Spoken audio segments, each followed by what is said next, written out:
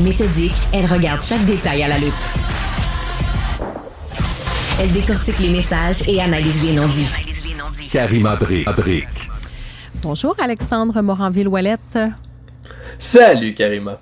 Salut, allons-y tout de suite. Tu voulais nous parler d'une théorie du complot chez les Républicains en ce moment.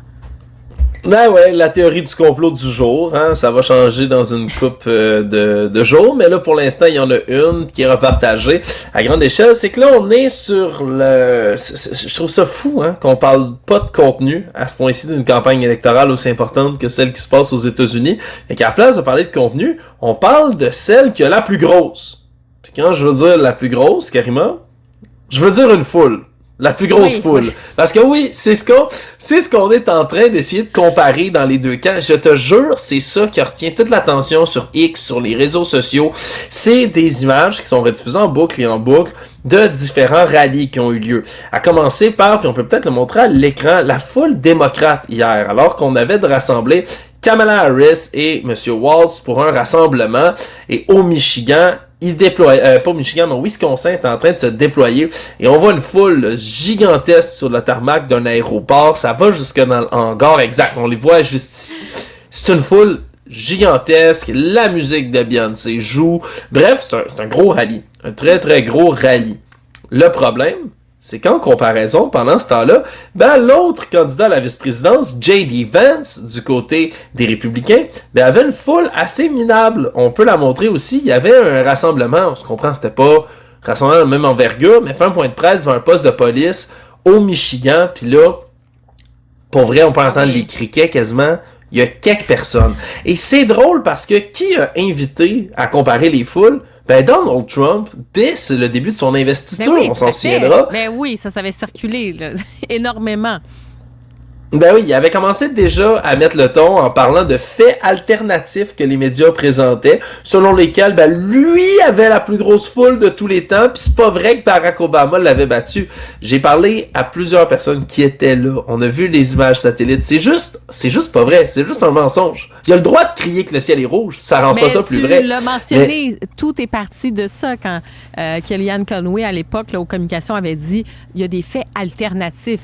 Et avec les années, ça a pris de l'ampleur et c'est devenu finalement une expression, là, puis quelque chose de très connu, de dire, oui, il y a des faits alternatifs au fond et c'est vraiment utilisé dans toutes sortes de théories aussi du complot, là, comme on dit. Voilà. Et là, c'est que le problème, c'est que là, la foule qui était là pour accueillir Kamala Harris puis Tim Walz est tellement grosse que on n'est même pas en train d'essayer de la nier du côté républicain. Ce qui fait en sorte que, là, on trouve toutes sortes d'excuses en disant, ouais, mais vous savez, les foules de Donald Trump sont bien plus grosses, sont beaucoup plus grosses, là. Vous connaissez rien, les médias vous mentent. Et ça va jusqu'à la théorie du jour. Alex Jones, notre complotiste notoire, là, cet être ignoble et abject là, qui roule Infowars, qui a été poursuivi pour des milliards de dollars pour avoir mené des campagnes d'harcèlement contre des parents qui ont perdu des enfants dans des fusillades scolaires. Bref, je répéterai pas toute l'histoire. Mais Monsieur Jones, lui, ce qu'il dit, puis ce qu'il hurle sur les réseaux sociaux depuis hier, c'est que les démocrates auraient promis un concert gratuit de Taylor Swift pour attirer une foule aussi grande. Ça, puis de la bouffe. Je te jure, Karima. Ils arrêtent pas de crier, ils disent c'est de mèche avec Taylor Swift. Ils ont promis un faux spectacle. Les gens sont même pas là pour voir un rallye. Ils pensent qu'ils s'en vont voir Taylor Swift. C'est comme si ça se saurait pas, cette espèce de stratagème-là. T'sais.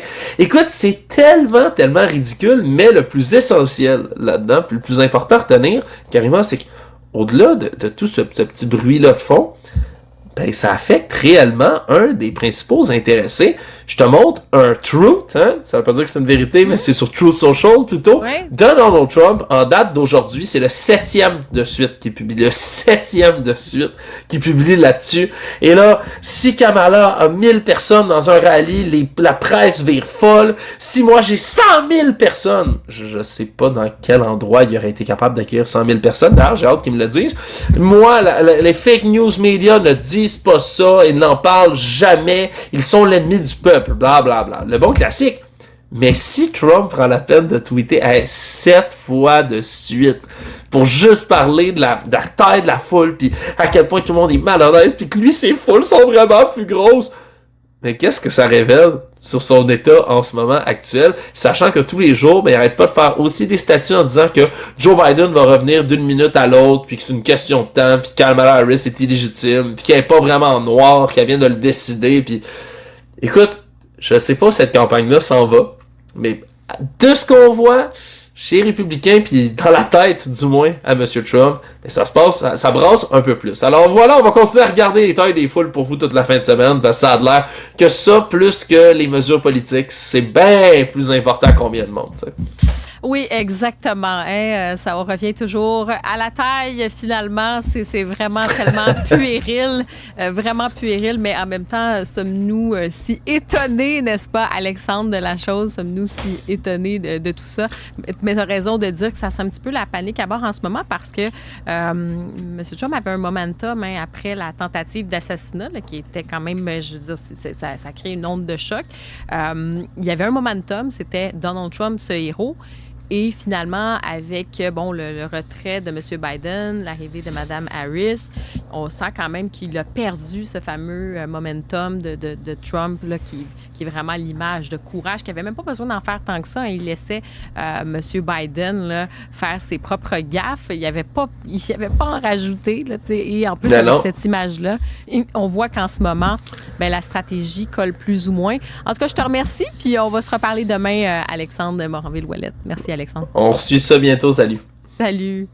Et c'est ce qui met fin au balado d'aujourd'hui. Merci d'avoir été là. On va se retrouver demain pour une autre édition à Cube Radio. C'était un plaisir d'être avec vous. À très bientôt.